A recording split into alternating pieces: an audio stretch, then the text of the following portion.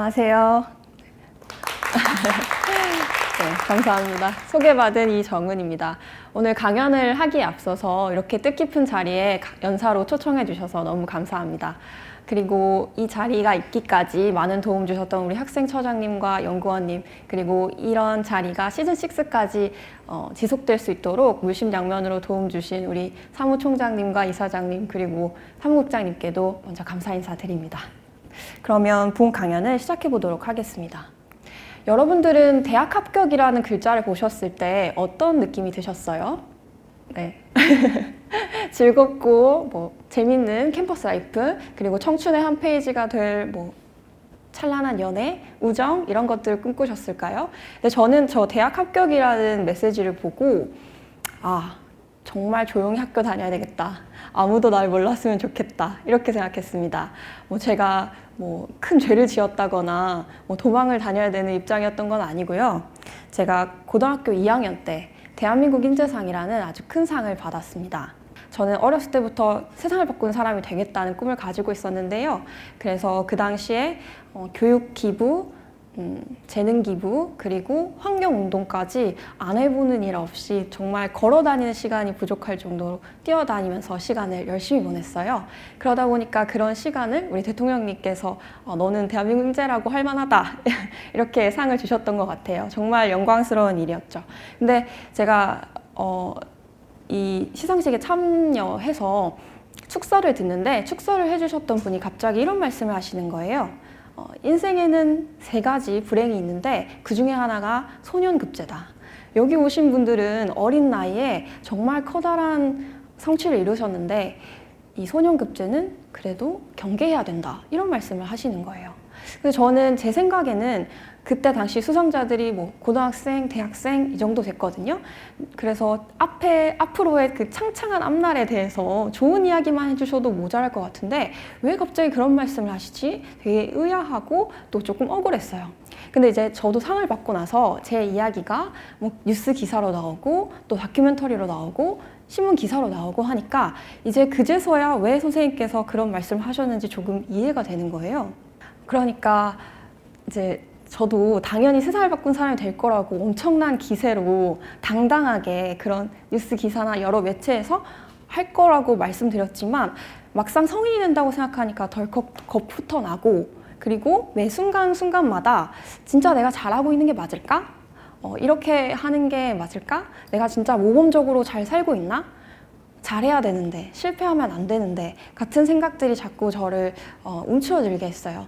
그래서 지금 생각하면 조금 부족한 이야기지만 대학에 가면 소위 말해서 나대지 말고 조용하게 학교 생활을 해야 되겠다라고 생각을 했죠. 참 사람 천성이 어디 가지가 않는 게 조용히 학교 생활을 하겠다고 해놓고 저 또 정말 학교를 열심히 다녔거든요. 그래서 공부도 열심히 하고 대학교에서 알바도 하고, 그리고 지금은 있는지 모르겠지만 창의리더 서포터즈라고 해서 학교 서포터즈 활동도 했고요. 그리고 H페어라고 해서 하버드 대학에서 아시아 대학이랑 함께 연계해서 개최하는 컨퍼런스가 있어요. 그 컨퍼런스를 성대에서 유치하겠다고 필리핀 마닐라도 다녀오고 했습니다.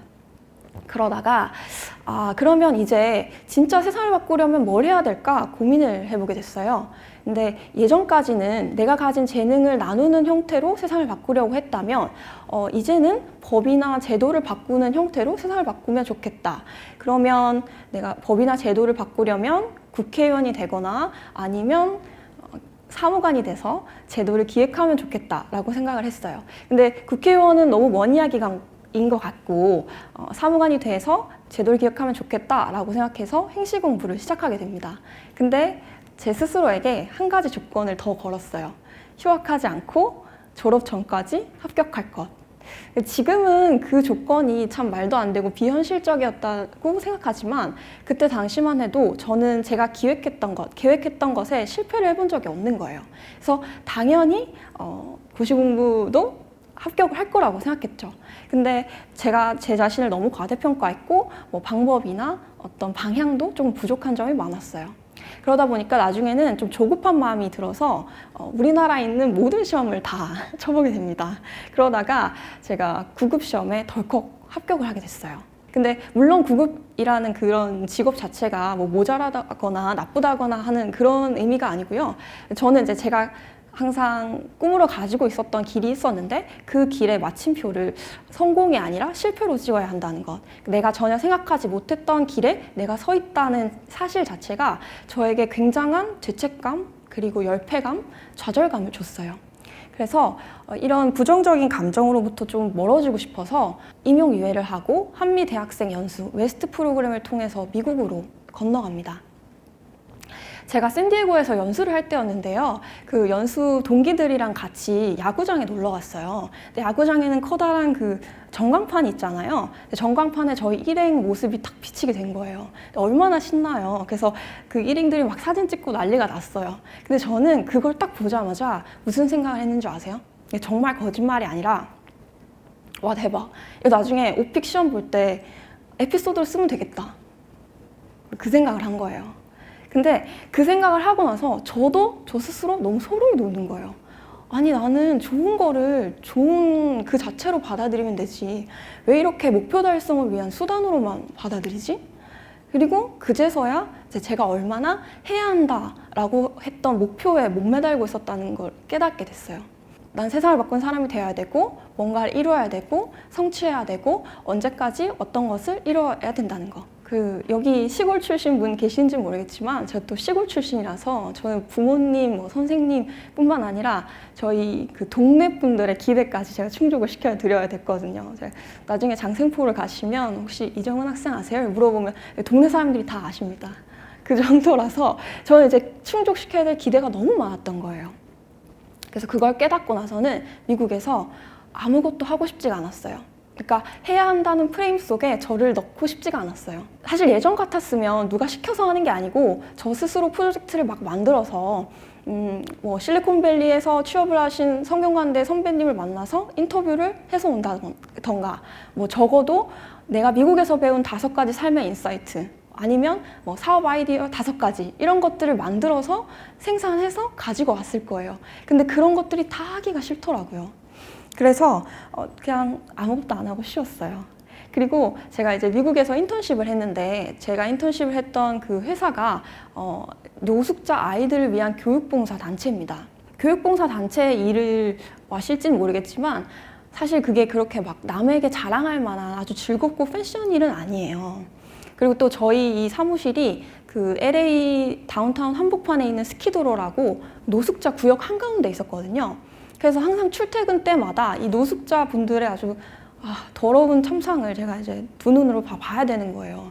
제가 이런 공식적인 석상에서 말씀드려도 되는지 모르겠지만 어느 날은 출근하다가 막 똥 싸는 노숙자도 보고 막 마약에 찌들어서 막 거리에 널브러진 분들도 보고 그래서 사실 마음이 그렇게 좋지 못했어요. 남들은 다 뭔가 미국에 와서 멋진 인턴십 일을 하는 것 같은데 나 혼자 이런 곳에서 고생을 하고 있나? 그런 마음이 들었는데 너무도 감사하게 그 당시에 이제 신앙을 가지고 있던 제 친구나 제가 그때 교회를 다니고 있었는데 교회에서 만난 분들이 지금 저를 그 자리에 오게 하신 하나님의 큰 뜻이 있을 거라고 가장 낮은 곳에서 가장 가치 있는 일을 하고 있는 중이라고 좋은 말씀을 많이 해주셨어요.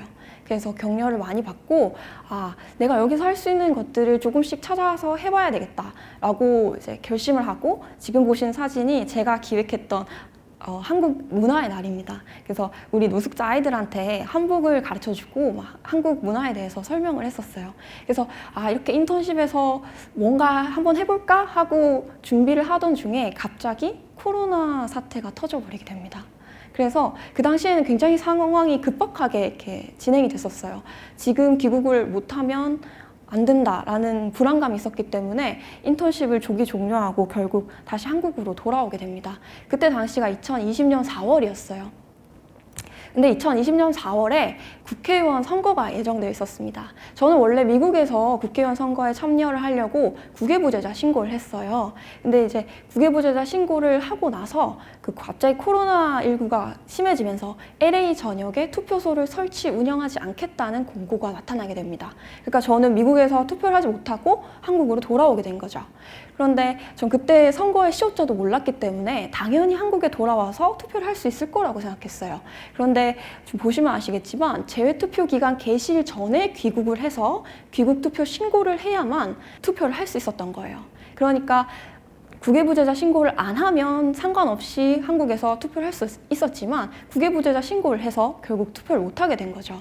근데 제 나름대로 생각을 해보기엔 국외부재자 신고라는 건 제가 그만큼 투표를 할 열의가 있다는 걸 보여주는 행위인데 그것 때문에 투표를 못 하게 됐다는 것도 이해하기 어려웠고, 두 번째로 제 착오나 과실이 아니고 자연재해라는 코로나19 때문에 투표소가 아예 설치 운영되지 않았는데도 제 선거권이 보장받지 못한다는 게 이해하기 어려웠습니다. 그런데 정말 재밌게도 정말 기적적인 일이라고 생각해요. 모종의 착오가 있었는지는 몰라도 행정복지센터에서 전화가 한 통 걸려옵니다. 전화를 받았더니 혹시 투표할 의사가 있냐고 물으시는 거예요. 그래서 저는 당연히 있다고 말씀드렸죠. 그러니까 사전투표소에 몇 시까지 오시면 투표하실 수 있습니다, 이렇게 말씀하시는 거예요. 그래서 제가 또 약속된 시간에 사전투표소로 갔죠. 그랬더니 제 신분증을 확인하시고 정산을 막 확인해 보시더니 투표를 할 수 없다고 하시는 겁니다. 근데 이제 그 말을 듣고 집으로 돌아가는데 한편으로는 조금 억울하지만 한편으로는 막 가슴이 쿵쿵 뛰었어요. 왜냐하면 차라리 잘 됐다, 헌법 소원을 내자, 이렇게 결심했기 때문입니다. 자, 여러분, 제가 지금까지 여러분께 들려드렸던 이야기가 2020 헌마 895 사건의 사건 개요입니다. 소름. 좀 신기하시죠? 그러니까 판례라고 하면 여러분께 굉장히 먼 이야기 같고 여러분 이야기가 아닌 것처럼 들리시는데, 좀 판례라는 제 이야기를 들려드리니까 어때요? 좀 가깝게 느껴지시죠? 그럼 제가 법률 전문가도 아닌 제가 어떻게 헌법소원을 신청하게 됐을까요? 제가 비법을 좀 말씀드릴게요. 제가 2018년도에 일단은 결과부터 말씀드릴까요? 그럼 결과 궁금하시죠? 결과부터 말씀드릴게요. 이게 이제 헌법재판소의 주문인데요.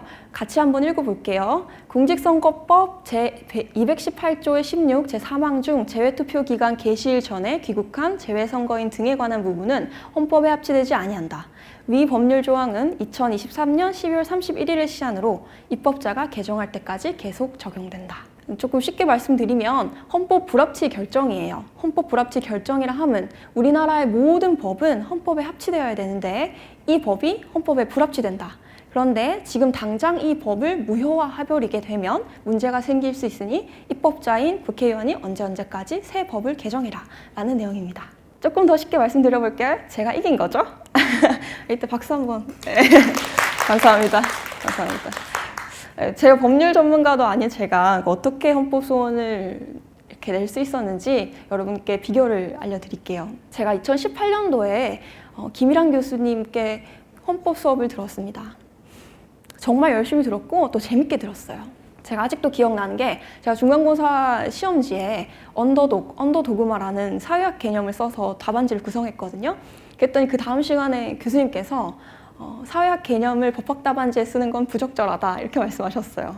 그래서 기말고사 때는 내가 정말 걸출한 법학 답안지를 써서 제대로 해봐야 되겠다 생각을 하고 법학관 도서관으로 올라가서 리걸 마인드, 헌법 해설 막 이런 책들을 열심히 공부했습니다. 마지막 최종 성적은 어땠을까요? 제가 여러분들께 이렇게 웃으면서 여쭤보는 이유가 있겠죠. 빗불이었어요. 성적이 그렇게 좋지 못했습니다. 그래도 정말 제가 열심히 또 즐겁게 공부했던 덕분에 2년이 지난 2022년에도 제가 배웠던 걸 까먹지 않았어요. 그래서 그 청구 취지문을 제 헌법 중간고사 답안지라고 생각하고 천천히 써내려갔습니다. 지금 제가 쓴 취지문을 좀 가져와 봤는데요. 다시 읽어보니까 정말 못 썼더라고요. 교수님이 빗불을 주셨던 이유가 있는 것 같아요. 그래도 열심히 쓰고, 그리고 헌법소원은 대리인이 필수거든요. 그래서 국선 대리인 신청을 하고, 그리고 제가 LA 총영성한 재외선관위와 나눴던 메일, 접수증, 공고문 이런 것들을 전부 다 수합을 했어요. 그리고 전자헌법소원센터를 통해서 헌법소원을 신청하게 됩니다. 그리고 정말 재밌는 건 저도 한 번도 헌법재판소를 제 발로 방문해 본 적이 없어요. 아까 말씀드렸듯이 인터넷으로 신청을 했다고 했잖아요. 그리고 대부분의 그런 상황 진행을 저희 국선 대리인 전혜경 변호사님께서 많이 도와주셨어요. 그리고 나중에 결과는 전화통화로 알게 됐고, 이 판결 주문을 읽어주시는 모습도 유튜브를 통해서 보게 됐습니다. 좀 신기하죠? 세상이 많이 좋아졌습니다. 이 자리를 빌어서 많이 도움 주셨던 우리 김일환 교수님과 우리 전혜경 변호사님께 한 번 더 감사 인사드립니다. 사실 처음 제가 이 강연자로 이 자리에 초청받았을 때 제가 어떤 이야기를 하면 좋을까요? 라고 저희 연구원님께 여쭤봤어요. 그랬더니 연구원님께서 제가 이 성균 웹진에 나왔던 이야기처럼 헌법소원 심판을 했던 이야기를 좀 해달라고 하시더라고요. 그런데 제가 잘 고민을 해봤는데 뭐 헌법이 뭔지, 헌법소원 심판이 뭔지, 그리고 이 조항의 위헌성이 어떤 것인지를 여러분께 설명드리는 건 제가 법률 전문가도 아니고 또 여러분께서도 별로 재미가 없으실 것 같아서 판례 행간, 제 이야기를 여러분들께 좀 들려드렸습니다. 제가 제 이야기를 들려드릴 거는 딱 하나예요. 여러분들 중에서도 내가 하려던 일에 실패해서 혹은 무기력하고 힘들고 어려운 상황에 놓여 계신 분이 계실 거예요. 제가 그런 분들께 딱 한 가지 말씀드리고 싶어요. 그럼에도 불구하고. 저는 이 말을 참 좋아하거든요. 그리고 저는 이 말을 주문처럼 외워요. 이 말을 주문처럼 외우면 못할 일도 없고 좌절할 일도 없고 자만할 일도 없어요. 그럼에도 불구하고 여러분들께 가장 최고의 일이 일어날 거예요. 제가 만약에 계획했던 대로 사무관 시험에 바로 합격을 해서 미국에 갈 새도 없었더라면 과연 이 판례가 나올 수 있었을까요? 아니죠. 만약 제가 코로나가 터졌는데도 빈손으로 한국에 돌아갈 수 없다라고 생각하면서 계속 미국에 있었더라면 어땠을까요? 그래도 이 판례는 없었겠죠? 제가 지나고 보니까요, 모든 일들이, 심지어는 내가 실패라고 생각하고 일어나지 않았으면 좋겠다고 바랬던 일들까지도 모두 다 저에게 최선의 결과를 가져다 주기 위해서 일어난 일들이더라고요. 그래서 혹시 지금 조금 힘든 상황에 계신 분들이라면 그 일을 잘 마무리한 본인에게 더 크고 더 좋은 일이 일어날 거예요. 지금 제가 드리는 말씀은 그냥 위로로 드리는 말씀이 아니고요. 제 경험담이자 제 진심입니다. 오늘 긴 시간 강연 들어주셔서 감사합니다.